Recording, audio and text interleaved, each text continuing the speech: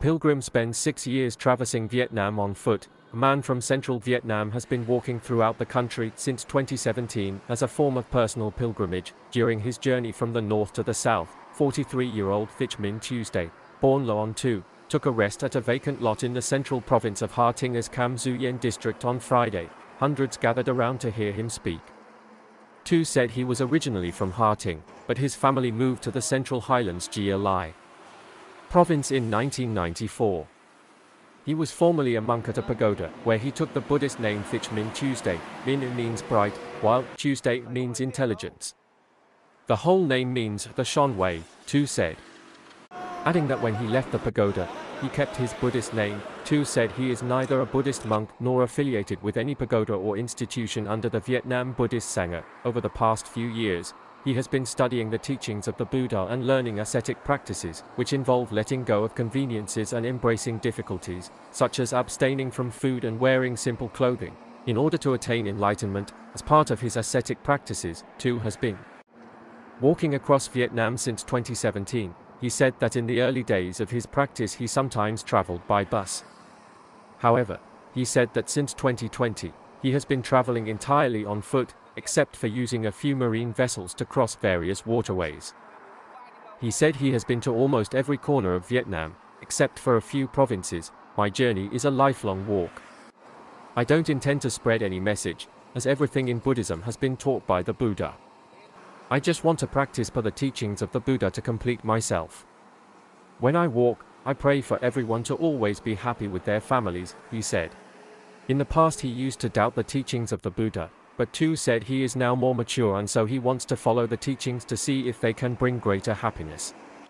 He said he had spent a long time thinking before seeking his parents' approval to leave home and follow his path. On his journey, Tu has been collecting rags on the side of the road or from trash bins in order to stitch them together as clothing.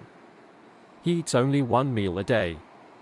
He bathes in rivers and streams, rests on the side of the road, and relieves himself at gas stations. For me, the walking journey is not difficult. When I'm on the move, if my mind is peaceful and happy, there are no obstacles in my way. He said, as his long walk has continued, many people have dressed like monks and followed him. While Tu said they are not his disciples, he also welcomes anyone who wants to join the trek. Tu simply asks them to seek approval from their families, as is the tradition for renunciates. He also encourages them to go home whenever they feel they are done with their journey. More recently, Tu sometimes finds himself surrounded by people asking to take pictures and record videos with him. But he said it is better to simply walk alongside him. He has voiced his disapproval for those who create scenes around him. Even though he has not been in contact with his family for 6 years, he does not use phones or social media. Tu said he will always be grateful for his parents. He said he has never called himself a monk, and that he does not feel that he is worthy of such a title yet. Xuyen, 84, Tu's father, said the family has 4 children. Tu was the second born and joined the army after graduating high school. After he left the army, he pursued a vocational education and then moved to Xuyen province to work at a private company. In 2015, Tu returned home and asked his parents to be released.